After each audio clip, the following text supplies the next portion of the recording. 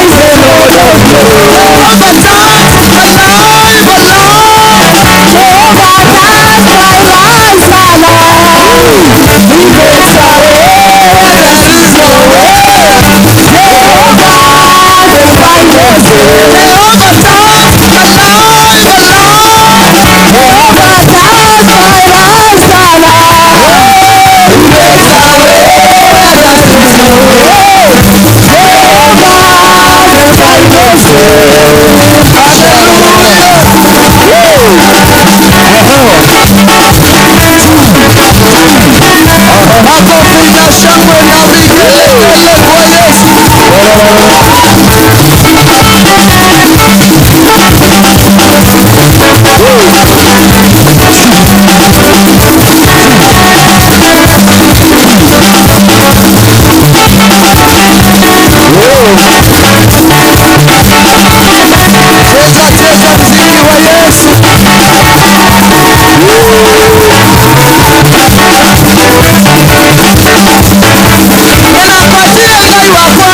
ninapatia sasa. Ninapatia ngai wa kwao, ninapatia sasa. Ninapatia ngai wa kwao, ninapatia sasa.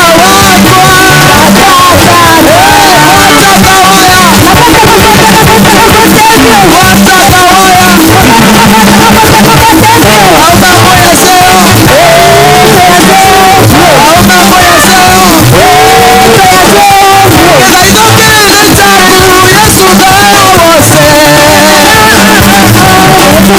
wa kwao, ninapatia ngai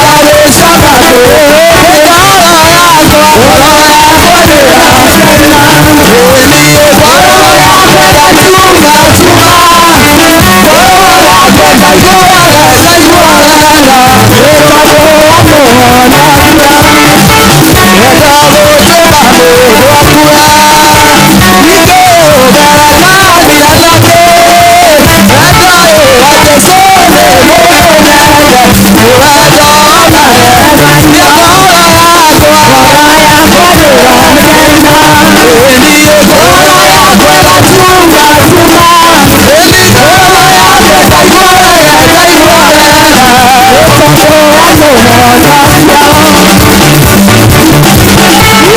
Ninapatia ngai wa kwao,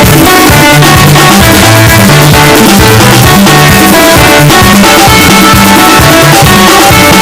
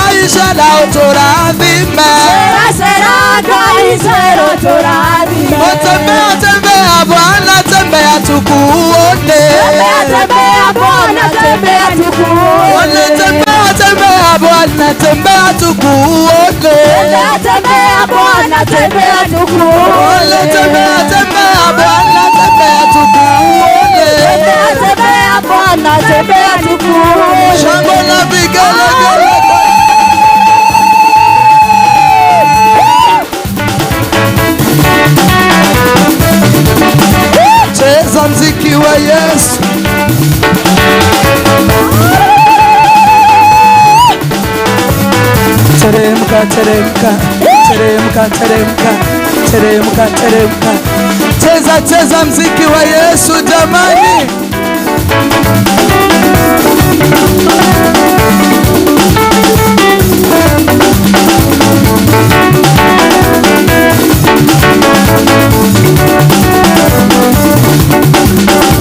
Cheza mziki wa Yesu na usichoke kumchezea Yesu.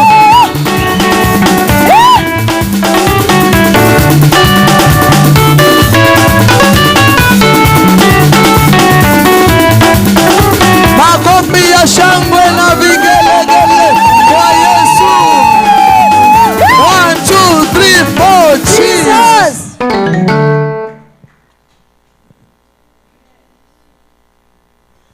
Pigia Yesu makofi mazuri. Siupigie kibodi wetu makofi ya nguvu kwa jina la Yesu. Hallelujah. Hallelujah. We thank God. Hallelujah.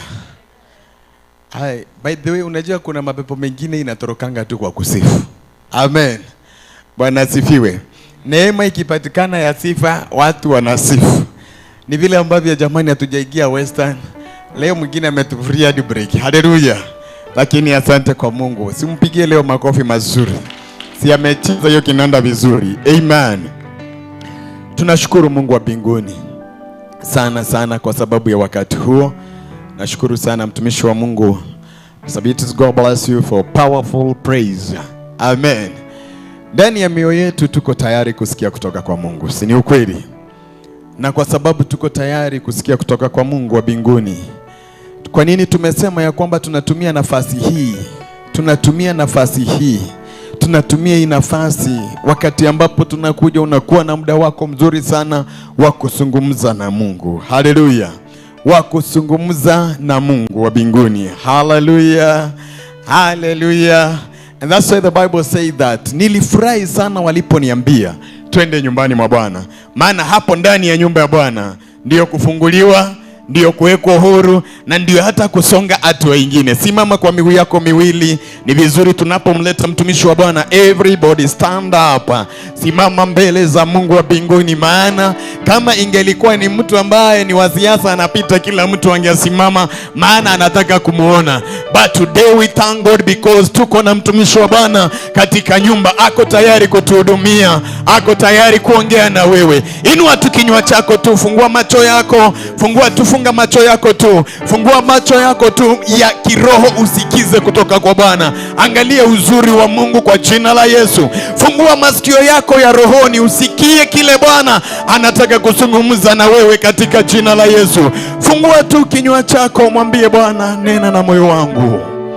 Mwambie Bwana, nena na moyo wangu. Natamani kusikia kanisa la Mungu likisema ya kwamba Bwana, zungumza na mimi. Kupitia hilo neno God anazungumza na mimi kwa jina la Yesu Kristo. Kwa jina la Yesu Kristo. Inua tu mikono yako tu kwa njia ya kusarenda kwa Mungu. Thank you Jesus Lord. Asante Yesu. Asante Yesu. We give you glory. Tunakuabudu Baba, tunakuabudu. You are the only God. Jesus. You are the King of Kings. Jesus. We worship you this wonderful morning. I know, God, that you are going to touch every soul that is here and every spirit that is here. Jesus. We will worship you. We thank Jesus, you. Lord. Jesus. We adore you. Jesus. You are the Master. Jesus. You are the King. Jesus. We invite your presence amongst our ministers. We invite the Holy Spirit to guide us. In Jesus' name we do pray. Somebody say amen. Thank you. Mwambie mwenzako karibu sana. Mwambie you are much welcome. Mwambie mwenzako you look like you are new. Mwambie tu you look like you are new. Talk to your neighbor, you look like you are new. Na kizungu, mwambie na kizungu, you look like you are new. Nevertheless. Ohoro. Nio kinyire. Utondenda kuhunjia na githungu gwika atia no. Nio gukigwa. Dige tukanagia. Thank you kaya kurani. Uraigwa atari mwere we mwega ni urire kamitu mijiro shini. Thank you. Asante sana. Msalimie mwenzako kwa niaba yangu, mwambie karibu kwa ibada. Sound people balance hiyo kelele ya. Thank you. Ninashukuru for this wonderful day that God has given us. It's a very unique day, a very loving day, a very caring day. Naona I can see you all have expectant faces. Yeah, full of expectations. Mami, the problem you are facing has come to an end. You don't need anybody to lay a hand on you that it has gone. It's only the faith that God needed you to have when coming here. Because you had so many doubts. Niende, nisiende. Niende, nisiende. Is that true? And you just made a decision, lecha tu niende. Acha kikaumanie mbele. Sindio? You have been healed. Any challenge that you had, God was testing on you because God has called you a servant. Is that true? God has called you into ministry. Lakini kichwa ni ngumu kidogo. Because unafikiria, umeona other servants venye wameteseka. Umeona that hiyo kufanya hiyo kazi. It is a bit difficult for you. It's like it is meant for others, not you. But let me assure you today that it is meant for you. And you'll never be able to run away from it. You better now start it. You better start doing it. Because God will never relent on you. And the more you become a manga, the more he switches off tushimu tuote. Anaenda kifunga. Sasa tulikuwa tushimu 100 wakati umanga ilianza. Tumefugwa tushimu 50. Anaenda kafunga. Sasa don't wait until it is kamebaki kamoja when there is no space for breathing. When now nobody is there to help you. And when God is dealing with you, even if you go and drink malathion, you drink malathion and it will be roiko in the stomach. Utangangana tu na endelea tenda kungangana uone. So change and drift. Hauna matatizo, hakuna mtu amekoroga. You are your own witch. Wewe mrogi wa haku. Wewe rogete. Nanyita. So just go back to God. Serve him. He will use you locally and internationally. Things that you are struggling to find, they will just find you. Because when you become a servant, God brings in analete vitu zote zile ambazo are meant for that servantship. You will not struggle. You will become that vessel because you are just to be a vessel. A vessel is like a pipe. And when you have a pipe, this pipe that is bringing water, the same pipe can bring poo-poo. The same pipe can bring oil. The same pipe can bring milk. Bwana Yesu asifiwe sana. So, ni wewe mwenyewe uangalie unataka kuwa nini. But God will not relent on you. You are born. Wewe si the type of people wale walienda kuomba vipawa vikakuja. You are born with it. So the people who are born with it are more stronger than ni wale wakwenda kutap anointing. And the how inakunga ni vessel. They are the people described in the book of Jeremiah 1 verse 4. Before you were born, I knew you. So there is nothing that will make God awachane na wewe. Eta kama nikuja kuguza ulimi yako ataguza. Isaiah was born. And when he was there, God asked, who is there? Because he was least expected. Kusema here I am, use me. Because ni mtu alikuwa wa Moshene. Everything na Moshene ukule kwa society yao yote ilikuwa Isaiah. So the first thing God did, alichukua makaa akarusha kwa ulimi yake kwanza, kuchoma ulimi ndio itulie. Hallelujah. So when God has chosen you, he has chosen you. They tried to kill Moses. Moses alifichwa kwa mto. The people who were plotting to kill Moses, they are the same people who kept Moses until he came to turn against them. So God will do everything possible to make sure amekukapture. Sijui kama nimekufurahisha leo. Najua hujafurahishwa na mimi. Uko sawa?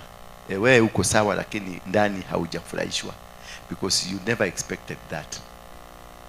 Is that true?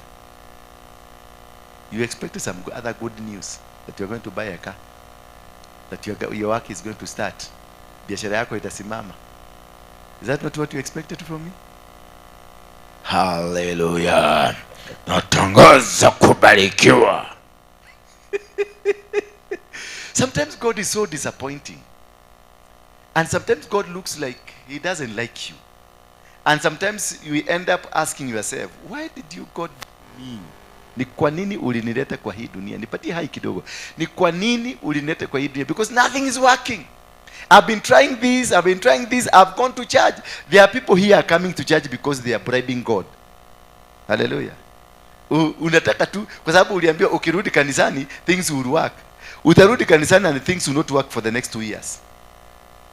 Because God is also checking on you. Ni ukora gani una apply ukora gani? There are people who are here because walisikia usiporudi kanisani mambo yako haitakuwa mzuri. That is why you are seated here. Not because you love God, but because you want to obey. There is loving and obeying. There is loving and what? Obeying. You will obey because it's an order, not because you wanted to do it. I will tell you to sweep this church, not because utaisweep uko tu uko ndani ukisema pastor kina kiori uko ndani. But if you do it voluntarily, that is different. But you utafagia tu na ile gini utafagia tu. Ya order ni kufagia na ya love ni kufagia, but the results will be different. One will have no result. You continue to suffer the way you used to suffer because you are here pretending. Hallelujah. But if you came here because you loved your God, if you are serving God because you love him, not because of a situation. You came here Wednesday because you hear Wednesdays kuna kuanga na deliverance. That is why you are here. Not because you came to worship God. Because there is a pastor or an apostle mwenye ameomba ako na anointing ya kufukuza mapepo. But you have come na mapepo zako ama na nini zako, you have not even prayed to come and connect. It won't work. That is why many deliverances are not working. You have gone to very many churches. You have gone to the most powerful preachers. Niliona watu kwa Benihin wheelchair zilikaa huko, but I didn't see any wheelchair being lifted up. Uliona? No. It does not mean that Benihin was not powerful. But Benihin was equally as powerful as before. But what was the motivation of you going there? You are going there to be healed by Benihin. Mwenye amechukua responsibility, amelipa gharama, ameenda kwa milima, amelipa gharama, ameingia ndege, amekuja, amelipa gharama ya kuomba, kujifunga, lakini you have never found time even to have a relationship with God. And now you want to use his servant to go back door. That his servant will speak one word. Because he is hard. Wewe ndio unasikiwa. Wewe ndio unasikilizwa na Mungu. Kwa hivyo, why are you not being heard? Wakaka kuigua neke. Hallelujah. Why is God not listening to you? Why is God not hearing you? Because all of us, God has an equal hearing on us. Wherever we go before God, all of us on an equal basis, because nobody is special than the other one. But why would Benihin be heard and you not heard? Why would Waruinge be heard and you not heard? Why don't you have that motivation to serve God? That small motivation, that capacity to be motivated to come to church, to not to look for what God can do to you, but to come and seek God, to have a relationship, to have a good, conducive atmosphere with God, and serve God diligently, obey and worship this God, not because you have a problem in your body, not because you have a challenge, not because you are suffering, not because you are facing difficulties in life, but because there is a God in heaven. Because have you ever asked yourself, you have been not smoking? Is it smoking? Yeah? Breathing, breathing. So, you have been breathing in and out. Hello? See that smoking ni breathing. You have been breathing in and out. An oxygen that you didn't pay for. An oxygen that you didn't quantify. You never send a quotation of what amount of oxygen that you have. This God just loved you and kept you and gave you everything that you need. Hallelujah. Anything that you need for you to succeed, God has given you. Every material for you to live, God has given you. Every breathing space that you needed, God has given you. Every authority that you need on earth, God has given you. Every type of food that you need on earth, God has given you. Every kind, the blood that flows. Just imagine how the blood flows. And you hear in your body there are veins. There are bigger veins, smaller veins. We have arteries. There is little arteries.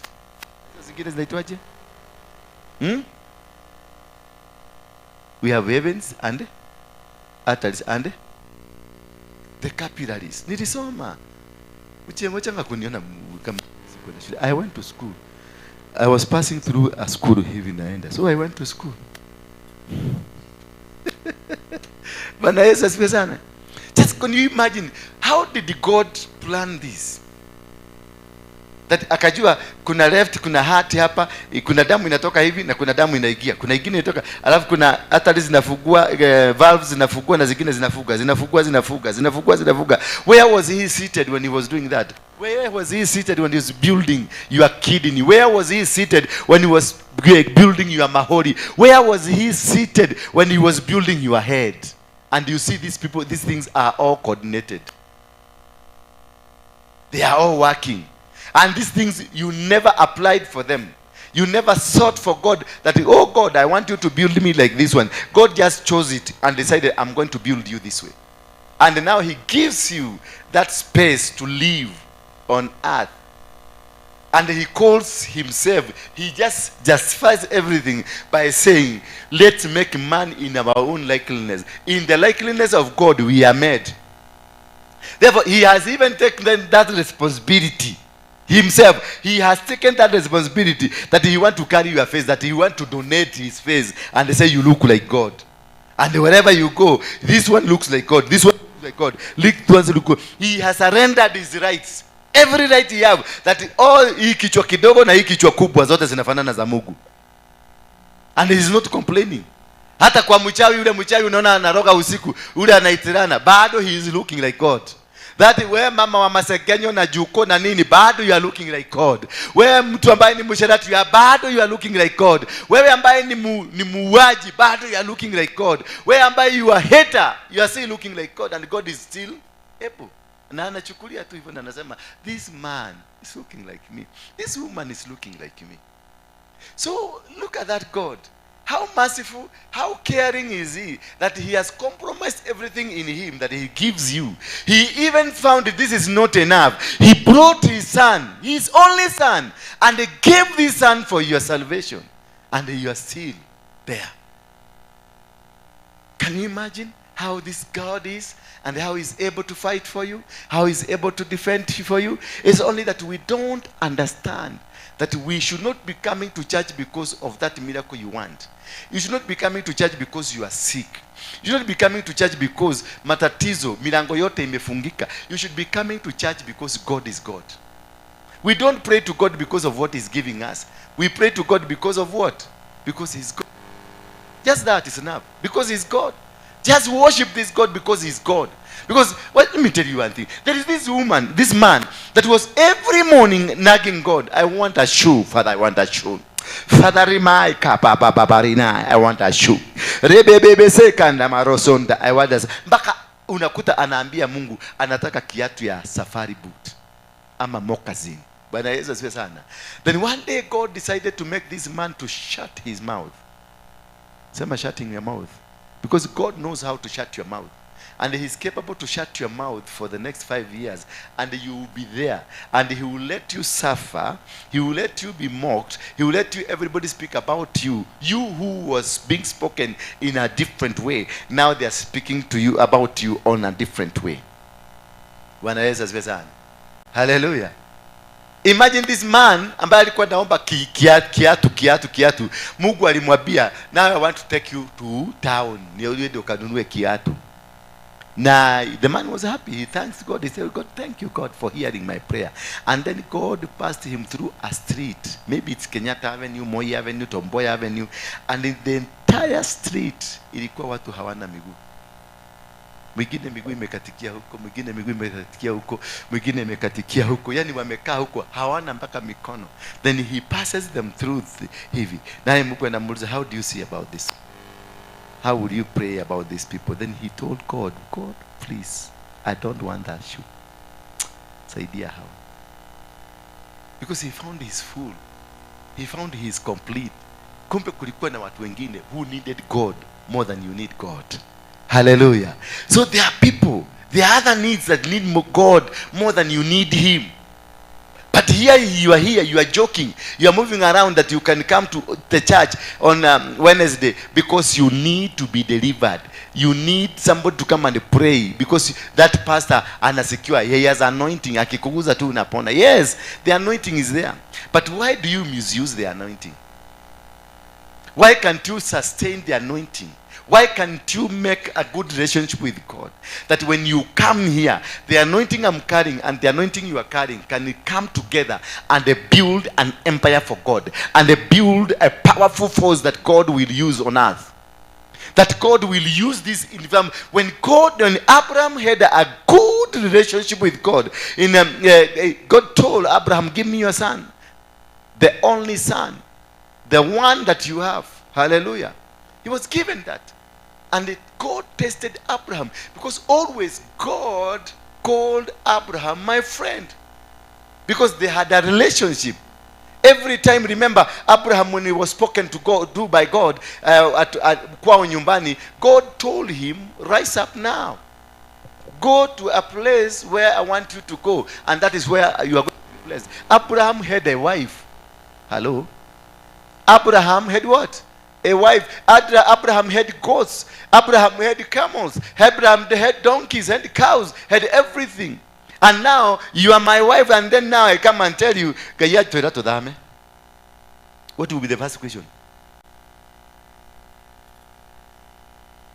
What will be the first question? Did you hear what I said? You didn't hear. God, now you are my wife. God now has told me that we move. And now me, I have come your husband, darling. God has said we move. What will be your first question? Yes.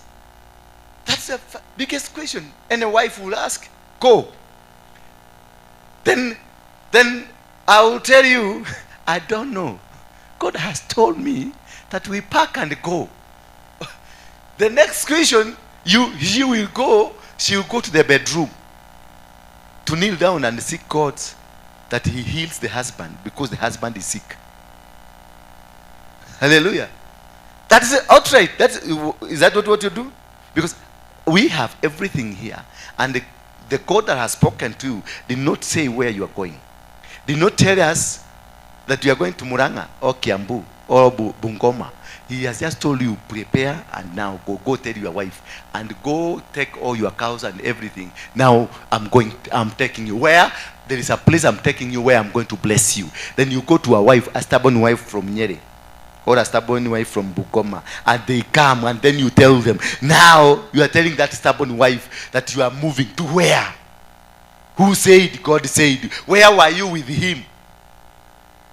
Now, where did he tell you we are going? No, he hasn't told me. He's telling me that go. And this wife was a good wife. He obeyed this man because it is a chain of tests.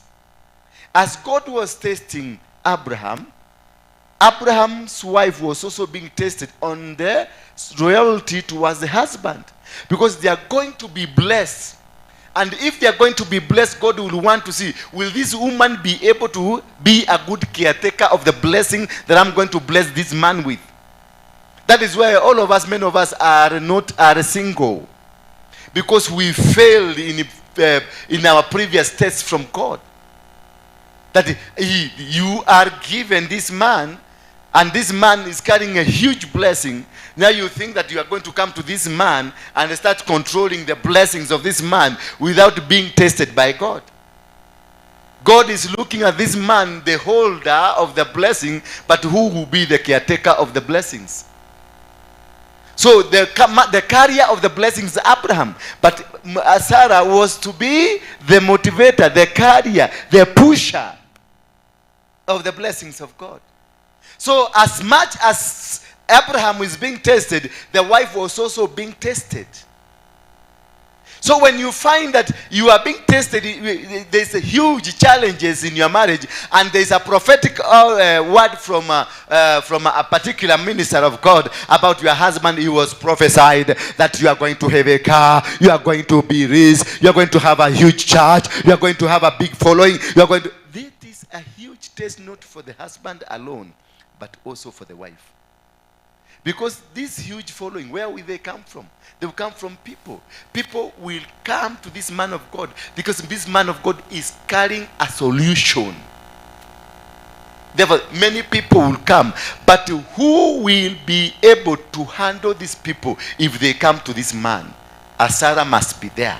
So, is this Sarah capable of handling these people that will come? Because the people that are going to come, some of them are not are bad people, are stubborn people, are dangerous people, are people who hate others, are people who will see any woman coming and think, this woman is coming to snatch my husband. So, like, for example, you are my wife, and then you are that woman who, if you see her, you think she's coming for me. And I've been given a responsibility. 1 million people will be following me. Will it be only men? Most of them will be women, because the component of the church of anything that is godly, women are more than men. So 90% of the people that will be, 80% for that matter, will be women. And you are that jealous woman that sees every woman is like it's come to take your husband. Will God allow you? That is why we are single. Tell your neighbor, that's why you are single. Ulisa your neighbor. Are you married? No, Ulisa your neighbor, are you married? Again, are you married? Are you married? Are you married? Are you married? Yeah? Are you married? Are you married? Are you married? Are you married? Are you married? Are you married? Are you married? Are you married? Are you married? Are you married? Are you married? Are you married? Are you married? Are you married? That's the reason. The reason you are not married is because you have not qualified a test of holding the ground for God's prosperity and for God's favors. Because if you are good, you will be having somebody. If I was good, imagine me, I am a preacher here, but I'm not married. Why? And God has been testing me. And most of you, many of you have come here and they have come with a lot of mitegos, and God is still testing me. Whether I'm capable of having it. Hallelujah. And then somebody will be brought, like now you'll be brought to me today, and the way I give you a responsibility, it has to be cleaning this altar here, will reveal yourself. Because from the 10 nikikupatia responsibility ya kuosha hii altar, then everybody will know ni mimi nimepatiwa responsibility, and anybody and everybody now will be at a T. And the responsibility I gave you is not related to marriage. It is only cleaning the altar. But the day you are given the responsibility of cleaning this altar, oh my God, every woman in that church must know that I am the one that he has an ear of the apostle. Apostle listens to me. And he will ask people, why were you late? Why didn't you come for prayers yesterday? Hello. God is looking at your heart. How, when you are given that small responsibility, how did you behave? Did you behave like you kill everybody? Did you behave that like you have become an angel? That is why so many of us will not make it to have husbands and wives. Why? Because a small test that God has tested us, as we have failed. Ni kuanguka ulianguka mtihani, wacha kuniangalia vibaya. Yes, ni kuanguka. Rudia exam, enda class 1. And most of us wamerudishwa mpaka nursery. Una imagine umerudishwa nursery ya pale ukiwa kasichana kadogo, wakati tulikuwa tunavyo hivi, unaruka hivi, unarusha ile peni, unaanguka halafu unaenda hivi. When you are a small girl, when you used to go and get some ile nyota ile kifuniko ya soda, then you will cook there. Unakatakata nyasi, tunasema tunacook, alafu unatengeneza matope hivi unapika. That is where you will be revered. Hallelujah. Most of women wamepelekwa huko because there is a test that starts from the day you are born. Ukitaka kujua kama msichana huyu atakuwa responsible kupikia mume wake kama familia yao, kanaanzanga kupika pale kakiwa kadogo, utakuta kametengeneza matope na kametengeneza nyoi, kamekatakata nyoi, kametakata kitu hapo ni kitugu. Unakuta what she is doing is a replica of what is supposed to be done. That is why you know this will be a good wife. Lakini yule hata akipata sufuria anakanyaga hii kine naenda hii anaruka kwa hii kine. Ukiona msichana wako ama wewe ulikuwa unafanya hivyo, you will have to be repeated the class 1. Tena ndio upande tena vizuri. Sasa imagine ukirudishwa class 1 ukiwa na 50 years. Na imekuchukua 55 years ama 50 years, 49 years to be where you are now. Now it means at 99 ndio tutaanza kufikiria venye utakuwa na bwana. Ndio unakuta kuna shosho anasema she's still looking for a husband. Why? Because qualify. Now qualify when you cannot do anything. And that's a test. And this we are seeing the topic of secret weapons of spiritual warfare. Because even marriage has a spiritual warfare. Whatever you do in life has a spiritual warfare. Because I don't understand why a good man like this one standing before you will not have a good wife at home. But will have million admirers all over the world. Now you ask yourself, why can't one of them come and then me have the courage to choose that one? And say this is one. But because I have the hypocritical agenda in me, I have something that is not right in me. That is why I'm not capable of doing anything that can make me move to the next direction. And this is what we don't understand. This is what we don't know. Because if we knew the strategies of doing things, the strategies of living a godly life, then we are going to make it. Tungefaulu pakubwa sana. Lakini tumekosa kwa sababu hatuna imani. And the Bible says people perish because of the lack of knowledge. Because our failure to have the knowledge to understand what kind of a life we are supposed to have. When Esther, in the book of Esther, is it Esther? Chapter number 2, verse, I think there, verse number 8. I remember the Mordecai, is it Mordecai or who? Mordecai. And Esther spoke to his people because Esther was defending his community, her community. Esther just was there. The calling that was in Esther was to defend the entire community. But how will she defend the community? She doesn't have an army. She doesn't have a powerful force behind her. And their community were vulnerable, were people that were to be thrashed out. And the agenda for them to be killed was already there. The agenda for them to be destroyed was already there. Some of you are under the agendas that have been manipulated, has been created, and everything is working against you. Every move you are doing in your life is working against you. You have been into prayer. You have been into everything that you need. Everywhere that you need to be, you have. You've gone to Katoloni. You've gone to Heaven's Gate. You've given sacrifices. You've bound down. Umeambiwa ulale kwa madhabahu hapa. Umelala. Umeambiwa ulale kama umeinua miguu juu. Umelala. Umeambiwa ulale kwa upande, umelala. Umeoshwa na mafuta kama yule mzee amekuosha, but nothing is working. But you are still struggling.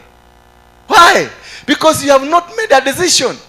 Esther said, I'm going to get inside there, because he had to have a plan. I have to get inside there. The only way I can handle this warfare, the only way I can be able to win this battle, it is not fighting from outside, but fighting from inside. Many people are not able to take risks. Fighting from inside.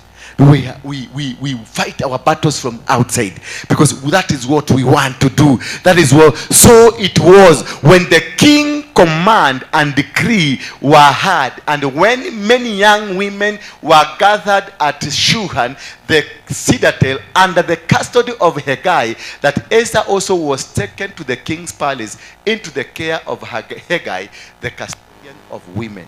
She never went straight to the king, that this is the king I want to handle. But she was taken first. She went through the woman who was in charge of women. And she became a member of the women's guild. She became a member of the church. She became a member of the society. And she became part. And that is how we need to do. You need to understand the process of winning this battle. The process of conquering. It is not you coming today because umeona kwa YouTube na umekimbia hapa. No, come sit down and wait to see that moment. When Abraham was sent to the mountain, he was sent to the mountain by God to go and sacrifice his son. He was taken to Mount Moriah. And while at Mount Moriah, God told him that is in that mountain there is a place I'm going to show you. When he went to the mountain, he never went straight away slaughtering the child because he had had God. No, he went and sat for 3 days and waited to hear the next move of God. He sat for 3 days. He had had God. Already he had had God. God had spoken to him, give me your son, the only son, the son that you love. Isaac. Even he was Isaac, not Ishmael. I want Isaac. And that is what Abraham did. And he went to Mount Moriah. At Mount Moriah, he went and sat there for 3 good days. He never just jumped into doing things. He had the authority. He had had God. Alikuwa amemsikia Mungu. Na alikuwa amesikia hiyo ni sauti ya Mungu. Maana Abraham was a friend of God.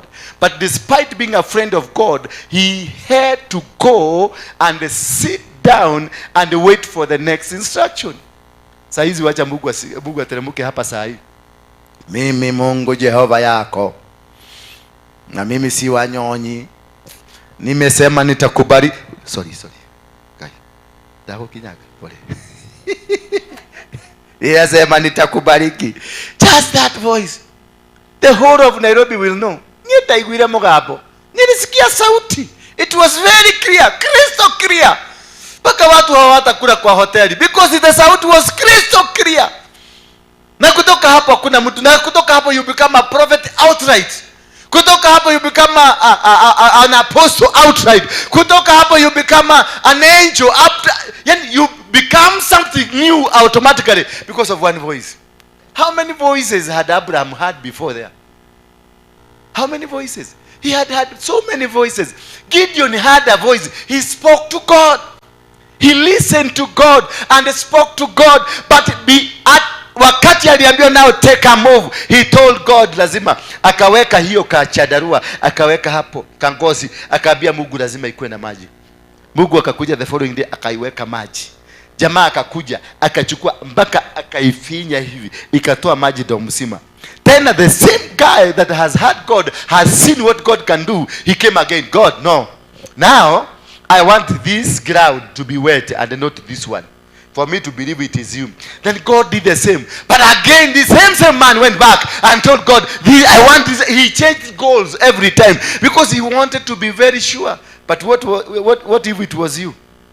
That one kale kakwaza. Hata uge katoa hapo, ugeita watu community mzima na kilani mzima. Okay, kujeni muone. Kujeni. Huyu ni Mungu. Huyu ni Mungu. Hallelujah! Huyu ni Mungu. Watu waanze kupona. Inueni mikono juu. Huyu ni Mungu. Because we don't understand. We are not patient to wait for that moment of God. Because God will speak to you. When Moses was about to move, Moses told God, no, God, I want to make any move if you are not going to move with me. For you to be sure of what is happening, you must be crystal clear. Yes, with God you've heard the voice. But apart hearing the voice, the move of God must accompany you. Hearing the voice is different from the move of God. Here you can hear. Most of us hear the voices. Me, I hear every voice. I communicate with God every morning. But before I come out from my house, there's sometimes you'll find me here at 5. There's sometimes I'll be here in 3 a.m. And there's sometimes I'll come at 11 a.m. Because before I drive my car, I have to hear the God. What do you want me to go? What do you want me to go and say? What kind of a message am I going to give to your people? Because he has sent you in a different way. He has sent you because there is a purpose he wants you, or there is something that I am carrying that it is for you. So that is why he has sent you today. That is why you are here today. Therefore, he has to prepare me with a message that will suit you. Bwana Yesu asifiwe sana. So that is the way to understand the secret weapon of spiritual warfare. First of all, you must be able to understand God. Yes, that is the voice. But there are also 2 voices. The first voice that comes from God. But the second voice that comes from the devil. And the second voice that comes is more sweeter than the first one. It's more clearer. It's the best voice that you will want to hear. It will soothe you. The second voice. But the first voice is a command, is an order from God. Hear me. Give me your son. The only son. The son that you love. Take him to Mount Moriah and give him a sacrifice. You see now, the son that I have struggled all these years, now the devil will come. It is not Isaac. The devil will come and tell you, give Ishmael, because Ishmael in any way, you have not good relationship. And then you feel, yes, indeed, it is Ishmael. I know that. And if you are foolish enough, you will take it as though you've heard it from God. And most of us, we have failed in that. When God has given you a number one instruction, you follow number two instruction. And number two instruction is not from God. It's from the devil. And you will continue complaining. That's why Moses told God, I am not embarking on this journey until we move together. So until this God that has spoken to you, now he tells you, because there is a day of you being spoken to by God and a day of starting the journey. He told you, he says, there is a day that David was anointed by Samuel, but it took 15 years, 15 good years of waiting for the appointment letter to come. When David alimwagiliwa mafuta kwa kichwa, alipomwagiliwa aliambiwa nenda ukachunge kondoo. Na alirudi kwenda kuchunga kondoo. If it were me and if it were you, mafuta imwagiliwe kwanza ya pepe, what could you do? Yeah? You utakuwa ukitembelea mabasi zote za Nairobi, uko juu kwa mabati, uko juu na kanyaga hivi, because you are the anointed. You have the anointing. You do. But David was anointed, but he was sent back for 15 more years to go and wait for the day of the appointment.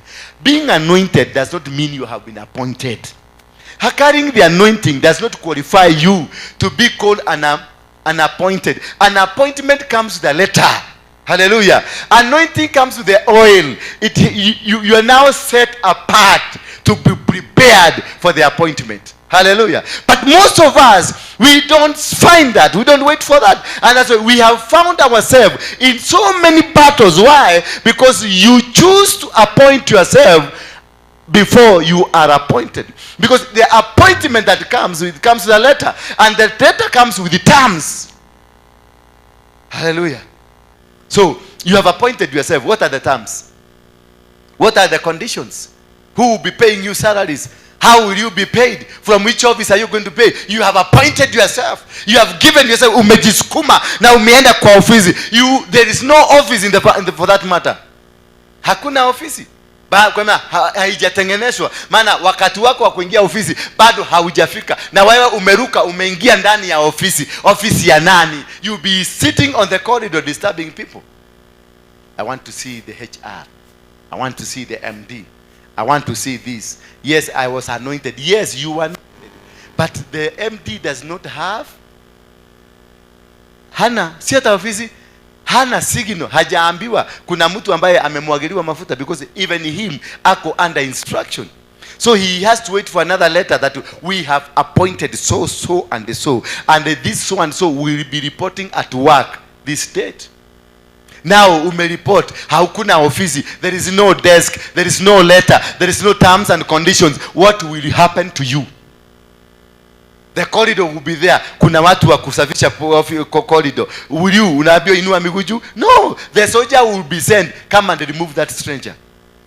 Yet you are supposed to work in that office, but you will be removed by a person whom will be saluting you 15 years to come. So until you are able to understand and know that there is anointing time and there is appointment time, and mostly if they are working in the pulpit like this one, it is 15 years. Since the day you are anointed, it will take you 15 years. And now from here, that's the minimum. The bare minimum. They say there's a bare minimum. But from 15 years, you can add more to even 40 years. Depending on your head. Were you cooked? When you were sent into the bush like David, were you cooked? Uliiva ama bado hukuiva? Hallelujah. Kama uliiva utakuja na utapakuliwa haraka haraka, lakini kama bado haujaiva unarudishwa kwa jiko, wanasema chakula hiki hakijaiva, kana chakula hiki kimedhata. Mnajua kudhata ni nini? Utapika ugali ikose kuiva, na ikikosa kuiva vizuri ipite ule wakati, basi hii ugali haitaiva hata ukifanya nini. Hata ukiipika masaa 20 it will be that way because it has stalled. And there are people who are here that you have completely stalled. You have the anointing, you have everything, but you cannot do anything without anointing because it is locked, and the password, the key to the password was lost.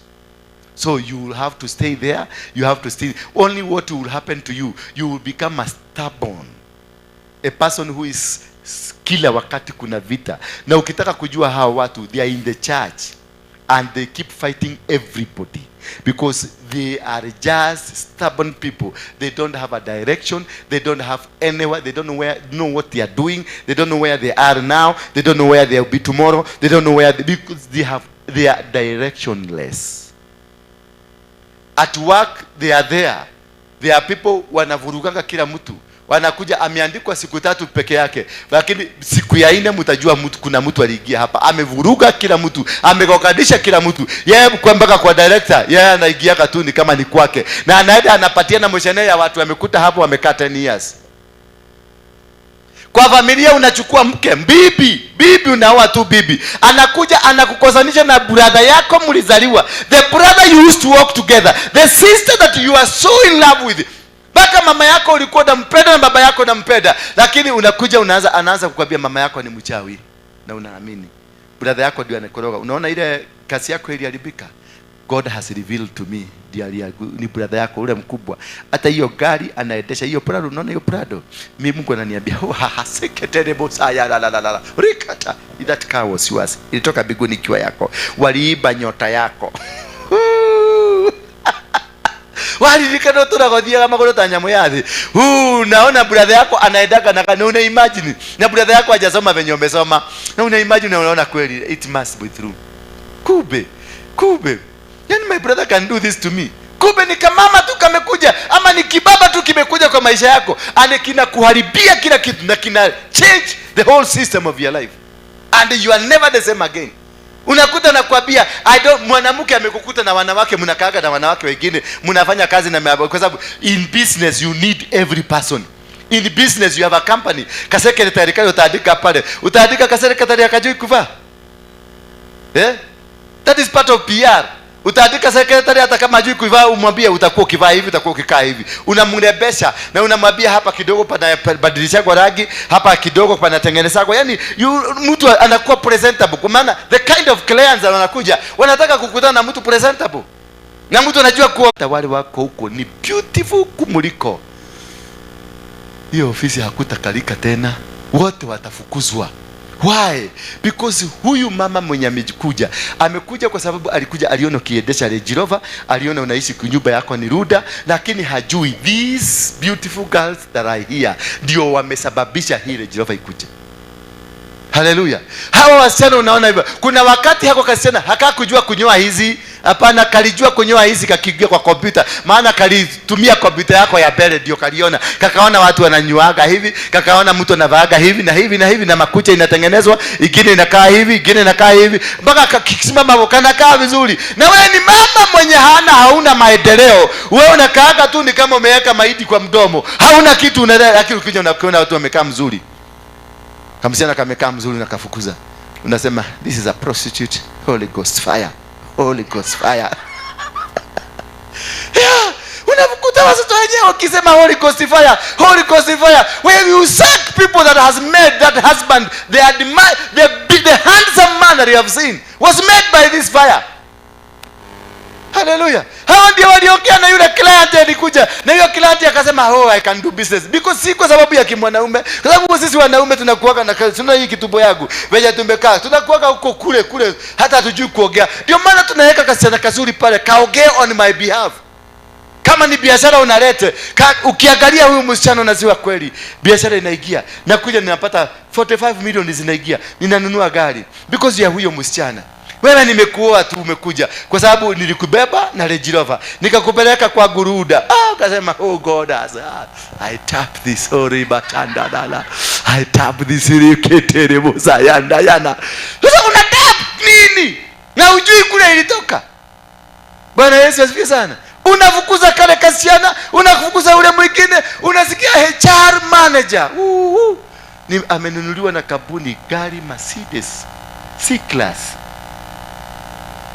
inakuja inapakiwa, alafu unasikia hii ni pesa ya kampuni. Kampuni ni ya nani?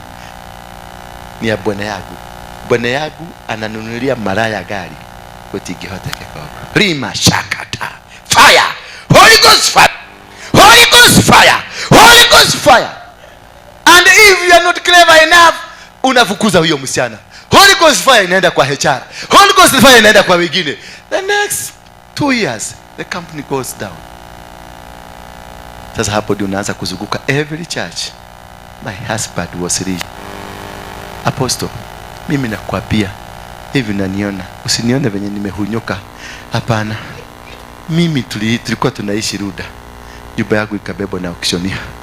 Mimi nilikuwa natembelea na Range Rover ya ile nguo nimevaa. Nikivaa black naendesha Range Rover ya black, nikivaa nguo ya white naendesha gari ya white. Nilikuwa managed, nilikuwa chummed. Lakini when the devil entered me, when the devil entered my house, my husband he killed himself. I'm nowhere to go. Help me, Apostle. Now you sit down that man's person. Namuuliza, what happened? How did you get married there? Then anakunaletea ka story venye kulienda.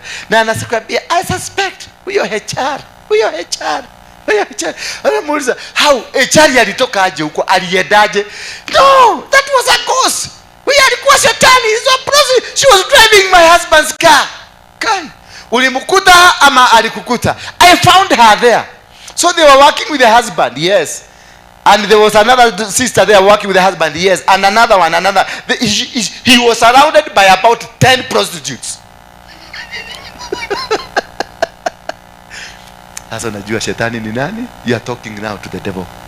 The actual devil ndio sasa mnaongea na yao. Sasa anza kufikiria how to remove this devil from this woman, because this is what that killed the husband. You are the woman that killed the business. You are the woman that killed the family. You are the woman that has destroyed a generation that was benefiting from that. Because my company had employed so many people. My company is a construction company. Iko na watu wengi. Families were relying on it. What have you done? And do you expect God will forgive you? He will never forgive you. You will suffer forever. Because God looks at wale watu. I was telling you the other day, my spiritual daddy James Maina Nganga. No, we have said everything about him. He's a devil. He's what? He's a prostitute. He's a mrefi. Everybody has spoken about him. Hata wewe. Suriongea. When you saw him on the media, this apostle is very arrogant. This apostle, siata wameongea. Umeiona kwa social media kaongea. Siata wameongea. Nobody has not spoken about it. But has his church ever been empty? Why? Is the God you are praying not blind? Haoni ati huyu mtu ni mbaya. God does not look at your heart, what you are talking. He looks at that person. How many people are depending on him? He will preserve him for that case. The people that are going to the church, ambao wanaenda kule kanisani kwa sababu yake, ambao wanaenda wako na hope, wana change. Hivyo alivyo amewabadilisha. That is why God will keep him longer. Na wewe mzuri, you are going to die sooner.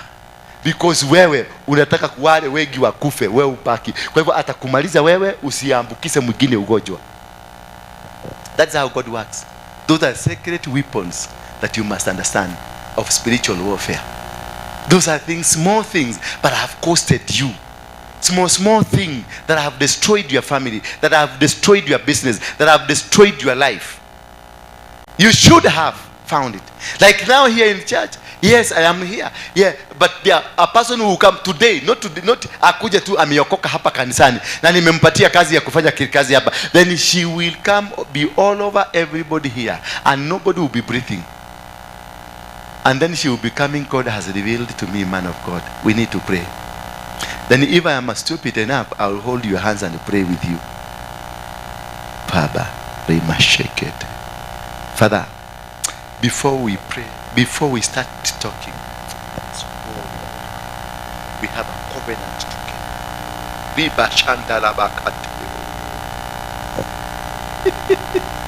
Kumbe, you are trying to transmit the disease that is in you into me so that I can start thinking like you.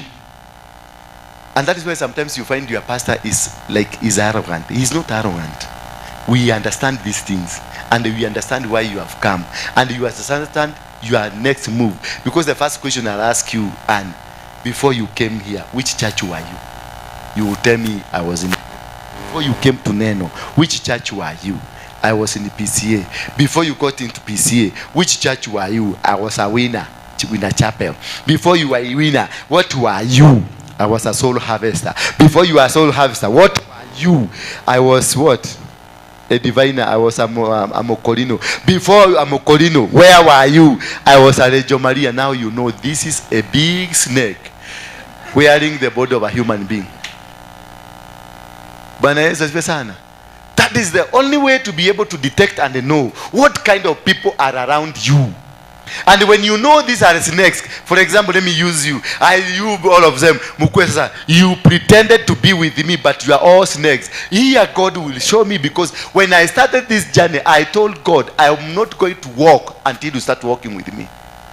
And if you allow and say that I have to walk with God, I have to move this direction with God, it means that God will always be me, around me, because God becomes, when I say I'm not going to walk, I'm not going to go anywhere without you, it means I have agreed to walk with you.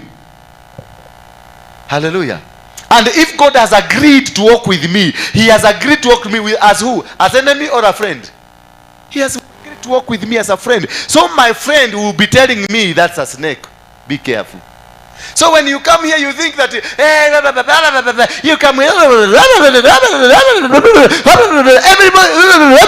Let me tell you, before even you open your mouth, I know who you are. Before even you make any step, I know who you are. So I'll be handling the way God has told me. This is a snake, this is a cobra, and the cobras, they like attacking this way.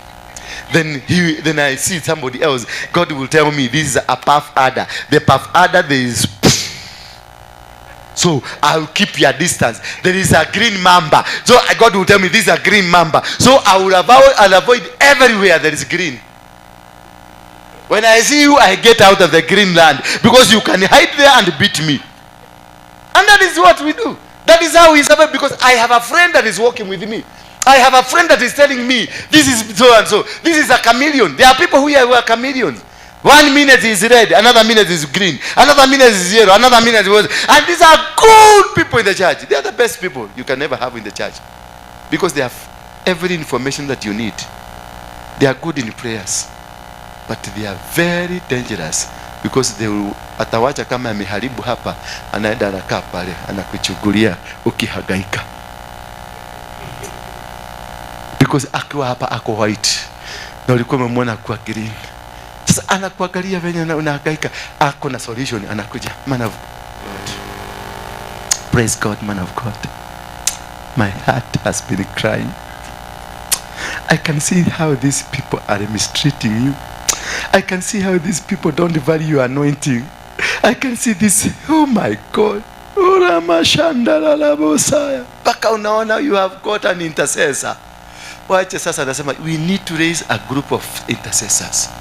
Na nitakuchagulia good intercessors. Kumbe ataenda achague makamilioni wenzake. Sasa wakushughulikie. Mmoja akiwa yellow pale, mwingine yako green pale, mwingine yako blue pale. Wote wanakushughulikia. Ukainyoge shade, unatengeneza, unaiba. Utakuta baka pasta alikuwa anaendaga straight, na siku hizi anaendaga hivi. Anaendaga hivi. Ni kama anaibishwa wibo. Because mambo ambayo ilifanyika kwake, alifanywa maneno baka hajijui. Hapo mkimalizana naye mnaenda kusema huyu hata korona anointing. Sio hata ana kitu, ana upako, yaliisha. Aliisha, na niwe ulimunyonya. Na ulimunyonya na sireji. Bwana Yesu asifiwe sana. So that is why that a call that is in you, you need to perfect it. Understand the secrets of the spiritual warfare.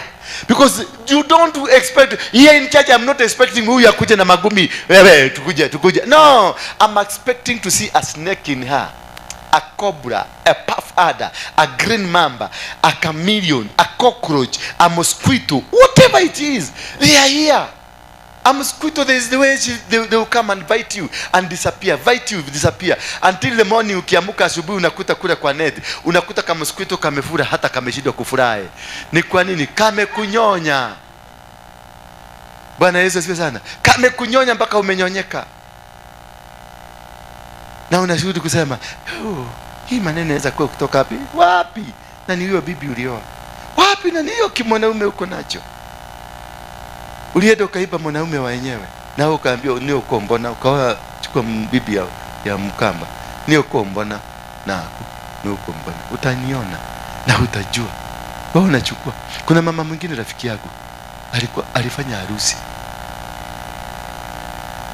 a good wedding, alichukua bibi ya wenyewe, mume wa wenyewe, akafanya a good wedding, very nice one, na akafanya in a posh hotel. Lakini what happened after that? Wakaenda hiyo night, si wanaenda honeymoon, kwenda sasa kugurumisha gari, kuweka gari mafuta, iwe kwa grease, gari yangaliwe na miguu ifanywe alignment vizuri iende. That was the last. Walikaa 9 good months bila mashini kuamuka. 9, that was the last. Lakini when they were dating, everything was working. That day when waliweka ring, today, till death do us apart, the machine went down. The woman amezukuka, mimi ndio nimekuja kumsaidia after 9 good years. Lakini anasikia rumors, na mimi I came to confirm to her that this man has 3 children out there during your marriage. Akitoka tu kwa mlango, tika inaguruma. Na inaguruma na mgurumo ingine kubwa sana. Na ingine kule inaguruma mpaka inapasua bao kama hizo za Wameru huko wanapasuaga na tractor. Watoto, baka nikaenda nikachukua. No, I am a sniper. By profession, mimi nimesomea kazi inaitwa ya I'm an investigator by profession. So, but no, I'm a private investigator. Are you getting me? Are you getting me? But do I say, niko na degree 3. I'm not in angel. I have 3 degrees.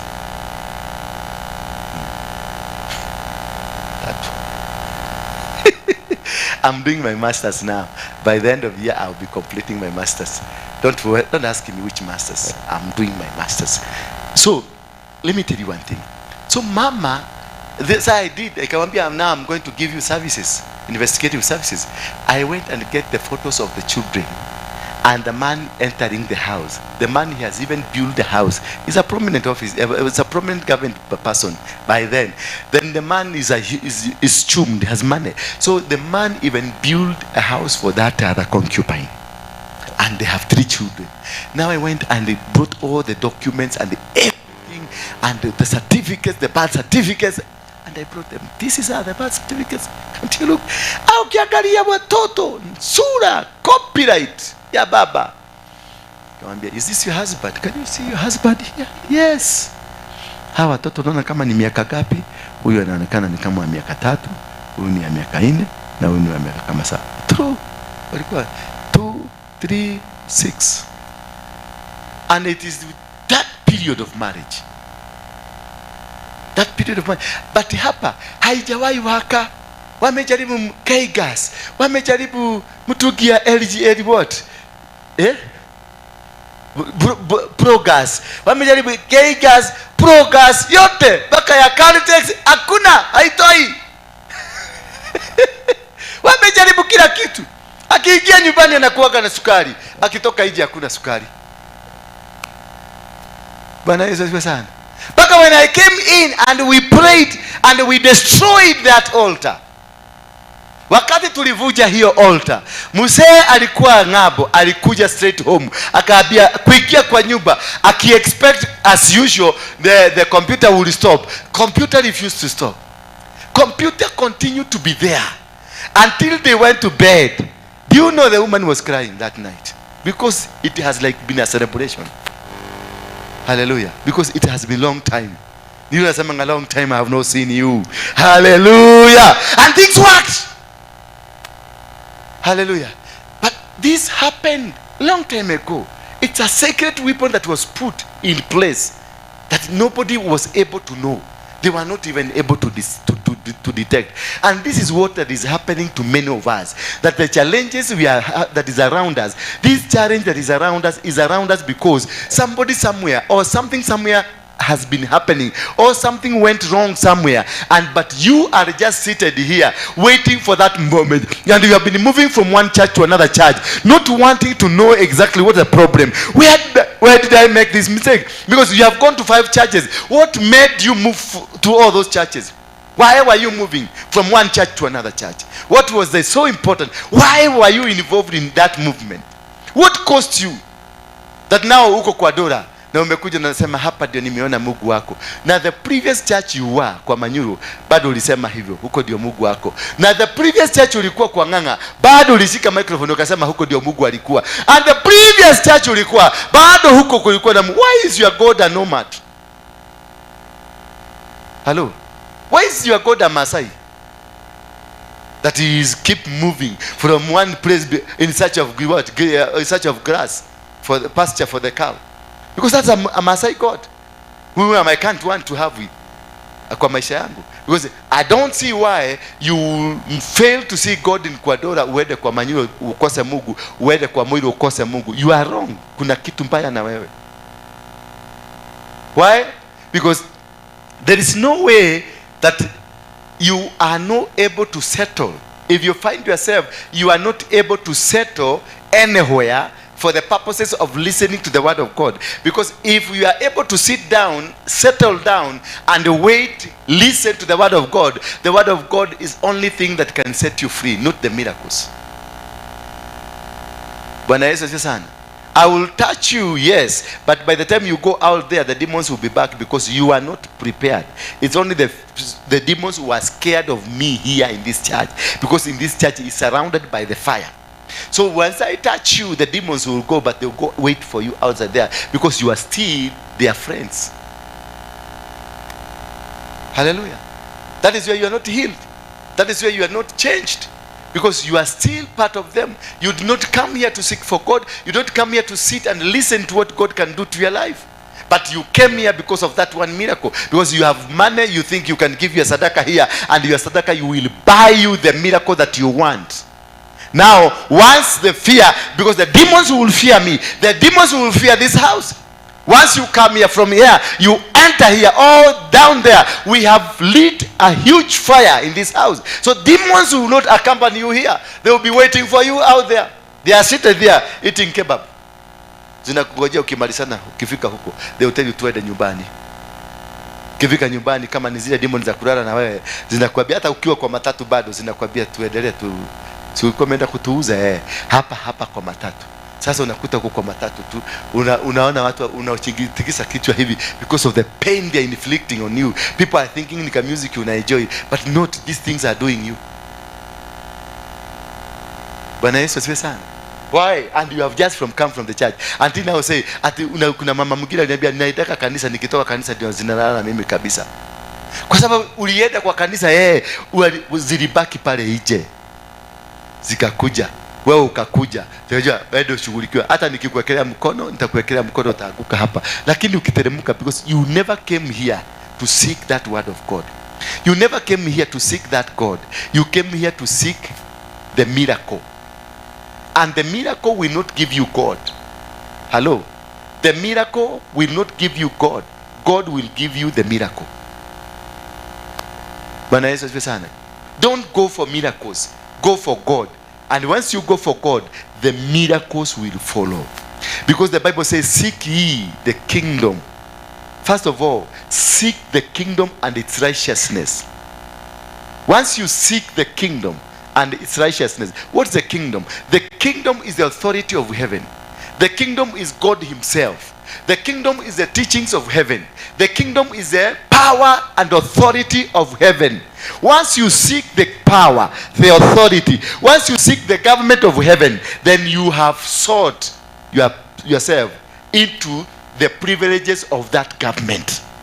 Because once you have the government with you, everything will be working. Like now, let me give you a very good example. My sister here, Wajiro, this parking used to belong to her, and now these people from the intelligence and the police, they want to use it. Hello, they came with their guys that this place belongs to the railway station. Nobody knows there is no radio station here. This is coffee board all the way, and these buildings were private buildings, and they were so long time ago. But here there is a space that belongs to coffee, and there's a road there. So they came as though it's the MD of railway. Nakasema, this land belongs to railway, and therefore we want to repossess our land. But who was behind it? It is not the MD, the NSIS, who are just next to us, because they want to use it as their parking. There's an operation they want to do. There will be a huge operation in this country, and it will be operated from this area. Bwana Yesu asifiwe sana. Now Wanjiru, despite being a UDA member, the bigger government came, and when she made some noises here, she was beaten up thoroughly. And the pastors came protecting the woman of God. They were thrown into a boot of a car and locked inside there. The anointing didn't work. And then Anju was beaten. I saw her in hospital because a bigger authority has come. Hallelujah. A bigger authority in the name of government was where? Was there. And now you see you see police cars are all parked there. And Wajiro has been silenced. And Jiro is still saying, Ruto, you will come looking for me. He will not look for you. It is not Ruto who made the decision. It is the government. The government is bigger than Ruto. Yeah, the government is bigger than Ruto. Even Ruto, have you ever seen when the flag of Kenya is being hoisted, even Ruto stands?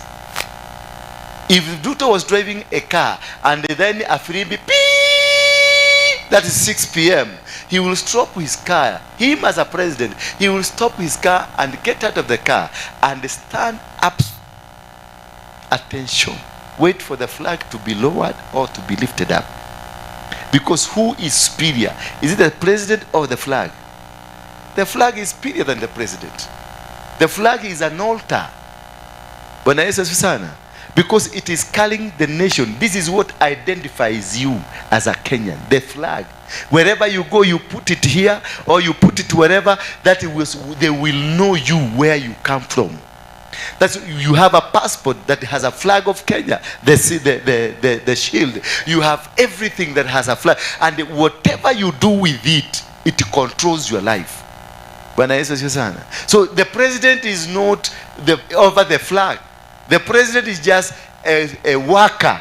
He's just a worker of the leader. You don't go speaking to the antagonists. You don't go speaking to the president. Don't do anything with them. Just go to the owner of the country, the flag. Tell this owner, I don't want to hear skirmishes in this country. This flag will hear you. The flag will hear you. That's why I see a representative of the government must fly a flag. An ambassador of any country must fly the ownership. Who is the boss? The president, he cannot get into a car without a flag. Because the flag determines. When Raila started moving around, wakati waziri maandamano, who was there? Were you? Ulikuwa umekuja? Yeah? At the city stadium. We didn't argue. We didn't go stopping Raila. I'm capable of stopping any skirmishes in this country. I'm capable. Yes. Ask me how. I'm capable. Ati how? Yes, I'll show you one day. Now, when they started doing the mandamanos and they started banning shops, nobody was coming to the shops, and everything was happening around the country, that is the time we bought this flag, and we lifted up our hands towards this flag, and we prosecuted Raila to eat and Ruto to eat. We told this flag, There are two people here in your territory. One is Raila and another one is Ruto. Please, we are telling you, tell them we want peace. We don't want maandamano. The following day, Raila went to Serena and called off the maandamano immediately, because we spoke to the owner of the nation, and the owner of the nation went to them and told them, people are complaining about you. Any flag is an altar. If you see a flag, Yarejo Maria, it is an altar. If you see a flag of witches, it's an altar. You see a flag, we capture territories by flags. You go to Somalia and they capture part of Somalia, you put Kenyan flag, that's your territory. Flags, rules, controls. As you see, when some people of us, when we had this, we put the flag of Israel and the flag of Kenya. Because why are you using the flag of Israel? Because we are trying to connect to the Abrahamic blessings. The Bible says, whoever will bless you, Jacob, I will bless them.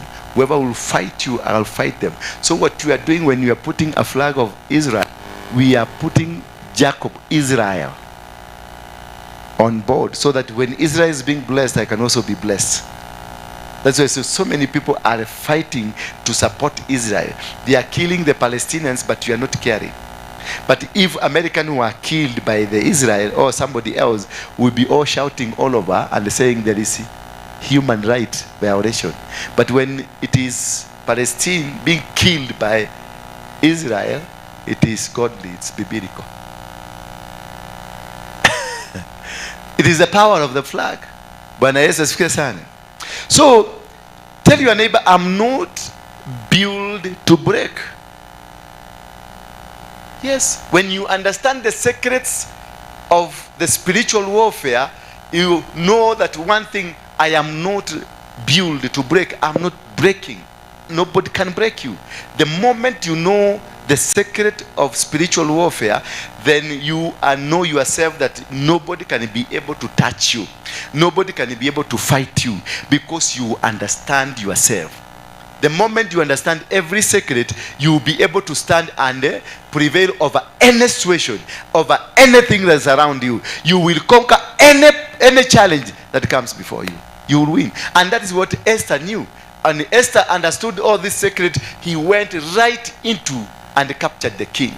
He never ganged up an army to go and fight these people. He knew we cannot be able to win these people. We are in a foreign country. So what he did, he went and captured the king himself. And he captured the king himself by doing a prayer that removed Vashti from the compound. You see, that's why I hate the Esthers. The spirit of Esthers is very good, very bad. And that is what has caused many of you to be divorced or to be separated. Because a spirit of Esther was sent to your house, and you are removed from your husband. But I saw you, so many of you praising Esther did what, Esther did what. Yes, it motivates. But look at it on the other angle. Your husband was taken by who?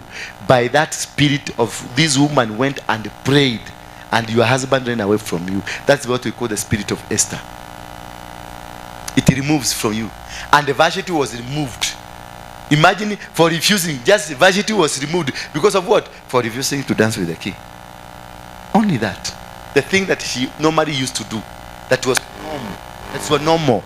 But because there is another spirit that had been sent in the form of a prayer. Because when you invoke the spirit of Esther, you pluck out everything that is around you. How do you pluck them? You pluck everything. Look here.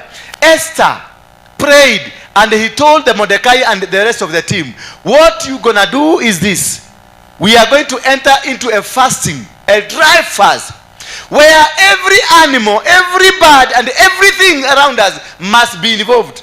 They told their cows, you're not going to eat because you are fasting. They told their pussies and their dogs and everything, including mosquitoes, they were not allowed to eat, because when you have not eaten, there will be no much blood. If they involved all their animals, they fasted for 3 days, dry fast, until even the cows complained, oh, because there was no food for 3 days. Chicken were crying, Because there was no food for 3 days. And it was a prayer that reached God. And immediately it reached God, this woman walked to State House and they removed the Vashti. Until the day Vashti was removed, that day, nobody knows where Vashti went. Go read your Bible. Nobody knows. Nobody knows where the children of Vashti went. Nobody knows. I don't know whether they were killed. I don't know whether they went suffering. I don't know where they went. But that powerful prayer by Esther got inside, and immediately the king was ready to give half of his kingdom to this woman because of that prayer of Esther. Hallelujah. That is what happened to your boyfriend when he was taken? That is what happened to your husband when he was taken? Could it be somebody went and raised an altar? Because what Esther did was to raise an altar, to remove the wife, the legally married wife, remove them with the children. Nobody cared. Even the Mudhamaki himself never said, I had children. Never. You forget, and he forgot completely that kuna wakati alikuwa na kizazi. Sasa imagine what would have driven this man is the power of that altar. Those are the secret weapons of spiritual warfare. She just applied it. She never had an army. The only army alikuwa nayo ni kuku na maumbwa na mapusi na mpaka mapanya, because when there was no food, hata panya zilienda into fasting. Everything that was living went into a 3-day fasting. Everything. And they joined. Mordecai joined. Later on, Haman was to be killed.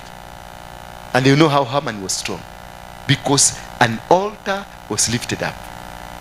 An altar was lifted up. And when you have that powerful altar, nobody, no weapon fashioned against you. Because the battles are won at the altars, not in your churches, not in your whatever that you are doing. Your church, you can come, and this church might not be your altar.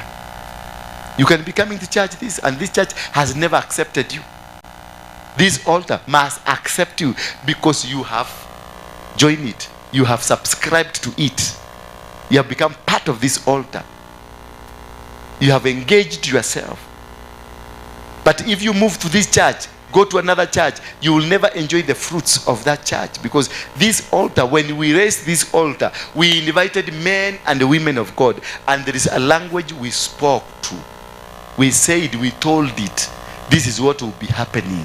When you move from Kenya, you go to America. The founders of America, their founders, they raised an altar in America. And they spoke to it. And they told that altar that whoever is a member of this nation shall benefit, shall become rich, shall become this, shall become great, shall become what? That's what Trump says, America shall be great again. If you are not part of America, you are not a citizen of America, and even if you are a citizen of America, but you don't raise yourself to become part of that altar of America, America will never give you food. England will never give you food. You will be working there as a slave, because there is a language. The founders of America, they told their country or that altar that whoever that will come from outside, they will come to work here as slaves. So when you go there and you don't know the language you're speaking to that altar, so that altar can recognize you as part of that country, then you will live there as a slave. Because it has been spoken to. The founders, the fathers of that nation, the fathers of country Kenya, that is what they told Kenya. There is a sacrifice they raised for Kenya, and there is a language they spoke to. When every foreigner comes, they come and they are subdued into the altar of Kenya. When you go to German people, the founders of German, there is a language they spoke to German that raised the altar of German. So whoever that goes to German, there is a way they must behave, they must be, and they must live. Did you know that when you cannot be allowed a black man or any white man, you cannot give birth in those Gulf countries? Did you know that? If you go to Dubai, they will not allow you to give birth in Dubai if you are not a Moab. You cannot give birth. They will chase you out of that country. When you kazalie kwenu. Why? Why? Because they will not allow any of an outsider blood to claim ownership of the altar that is in the Gulf. That's total. That's a pure secret that you don't know. And if you discover you're pregnant, they will either kill you, or terminate the pregnancy, or chase you out of the land. Even if you became pregnant of their person, they will chase you. Takuja kuzalia kama Mwarabu hapa Kenya. That's what they do. Why? Because they don't allow any other spirit, any other soul to be part of them. Because they have a territory. According to the founders of those nations, there is what that was told, that nobody will become a permanent citizen who is not part of this culture. So giving birth there, like when you go to Germany, you give birth and you become a citizen, or you go to some other American places, you become a citizen. Yes, those they will argue because they don't have that decrees that were made by their grandfathers, the founding fathers of their nation. So everything that happens around you, around Kenya, it is grounded on the founding fathers. That is why we say God had a covenant with the founding father. He never had a covenant with the existing fathers. He told Joshua, now that my servant Moses has died, to whom you are a servant, now rise up and take my children to the land I promised their fathers. Not the people, the current people. The promise was with their fathers, not with the current people. So God fulfills a promise that not with you, but with your great grandfather. So if you are suffering, it is grounded, the suffering is grounded on your source, where you've come from. If it's a grandfather, grandmother, whatever, the source of you controls you until today. You become successful or a failure because of what was said long time ago. And until you are able to know your origination. You read the book of Ezekiel 16. The Bible says, Son of man,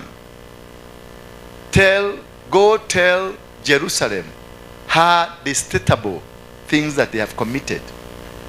Mwambie Jerusalemu mambo yake yaliyo chukizo. What is that? Jerusalem was just being told. Jerusalem was suffering. Jerusalem has facing difficulties. Jerusalem had challenges in their life. But now, Son of Man Ezekiel was sent by God to go and tell Jerusalem mambo yake ambayo yaliyo na chukizo. Na akamwambia, your birth and your nativity. Your nini? Your birth and your nativity is from the land of Canaan. So, where does the land of Canaan come in? You are in Jerusalem. Nothing's happening. But when your nativity and your birth is from the land of Canaan. So, he went down to search what happened with the land of Canaan. We went back and discovered the land of Canaan is named after the name Canaan. Canaan was a human being. Canaan was the son of Ham. Ham is the one that saw the nakedness of his father, and he was cursed. The curse did not touch Ham. The curse went to the son Canaan. So this land that you are seated on is named after a man that was cursed. So therefore, the land is carrying the curse of that man. You get me now? And from there, they started rediscovering themselves to understand that you may be seated on a land. I married you, yes, but which land are we seated on? Yes, I've married you, but which land the land that we bought with a clean money? We went to bought a land from this woman. This land has a blood that is crying on it. They have killed people and they are buried there. The blood is crying. It will never yield to us. We will forever be crying because there is a cry. There is a cry. So whatever you do, you must be able to know why are you doing it, how are you doing it, what happened this thing to be here. This building is here. When we came, the first thing we did is to cleanse it and they remove every demonic plan, every demonic agenda. The fathers who built this house, the builders of this house, what did they say about the house? Who are the builders? Then if you understand who are the builders, you understand the spirit behind the company that built this house. Because every company, every organization is driven by a spirit. That is why God is telling Jeremiah in the book of Jeremiah 1 verse 10 that, see, today I have set you over nations and kingdoms. Because there is a nation and there is a kingdom. A kingdom is a king and dominion. Kingdom. King, kata hapo, the dom is dominion. Dominion is the spirit that dominates you. So God has given you nations. Nations are institutions. Church, institution. Marriage, institution. School is institution. Kenya is institution. But the leadership, Ruto, is the king. The spirit that he rules us with makes it kingdom. So before you come and understand anything, you must understand what is the spirit. And that's why when the constitution was written, they said it's spirit and the letter. The spirit of the constitution and the letter. The letter is the letters written. But what is the spirit behind these letters? That is what makes a constitution. And so, who is behind the writing of the constitution of Kenya? Was it written by Kenyans or was it written by foreigners? But Kenyans were made there to be just puppets to write it. The constitution of Kenya was never written by Kenyans. It is people like Yash Palgai. People like Yash Palgai comes from a family that does not worship God. They don't believe in God. Hallelujah. Those are the people who set the foundation for this country. And immediately when they wrote it, they brought it for Palma, Polymerization. Polymerization, yeah. For those who went to school. Promulgation. Promulgation, yeah, promulgation. Yes,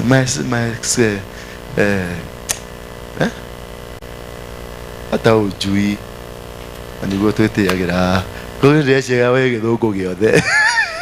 promulgation. So before they did, let me give you a top warfare secret within a nation. That what happened, the period of 1 month before this constitution was lifted up at to Uhuru Park, Kibaki announced that he has suspended the old constitution. Did you hear that? He announced, I have suspended the old constitution. And that point, when he suspended it, Kibaki himself never appeared in public. Go and search. I know you knew that. Kibaki never appeared in public anymore because he ceased to be the president of Kenya. The day he announced suspension of the constitution, he ceased to be the president because he is the president courtesy of that constitution that he has suspended. Do you get me? Now, the army immediately took over. For 1 month, we were ruled by the army of Kenya because army do not rule with the constitution. They rule with the gun and a sword. That is why the president is given a sword and a constitution. When the constitution is suspended, the sword takes over. Until 1 month later, when they came to the Uhuru Park, the army walikuja na machine zao, the trucks and everything. Army controlled the ceremony. And then the army led to the swearing in of President Mwai Kibaki into the new constitution. Then a flag was hoisted there. Once it was hoisted, meaning they raised the altar, the flag, they hosted it there. That is the time they allowed now Mr. Mwai Kibaki to be sworn in as a president of Kenya. Because that's the power of the secret weapons that do things you don't know. Tusimame kwa miguu yetu. Are we blessed up there? Are we understanding? Are we getting new revelations? Thank you. Now I want you to get into your pocket and ushike sadaka yako. Could it be a sacrifice? Could it be a normal sadaka? Could it be a tithe? And I want to connect you to a kind of a revelation that from today will be coming to you, and you'll be seeing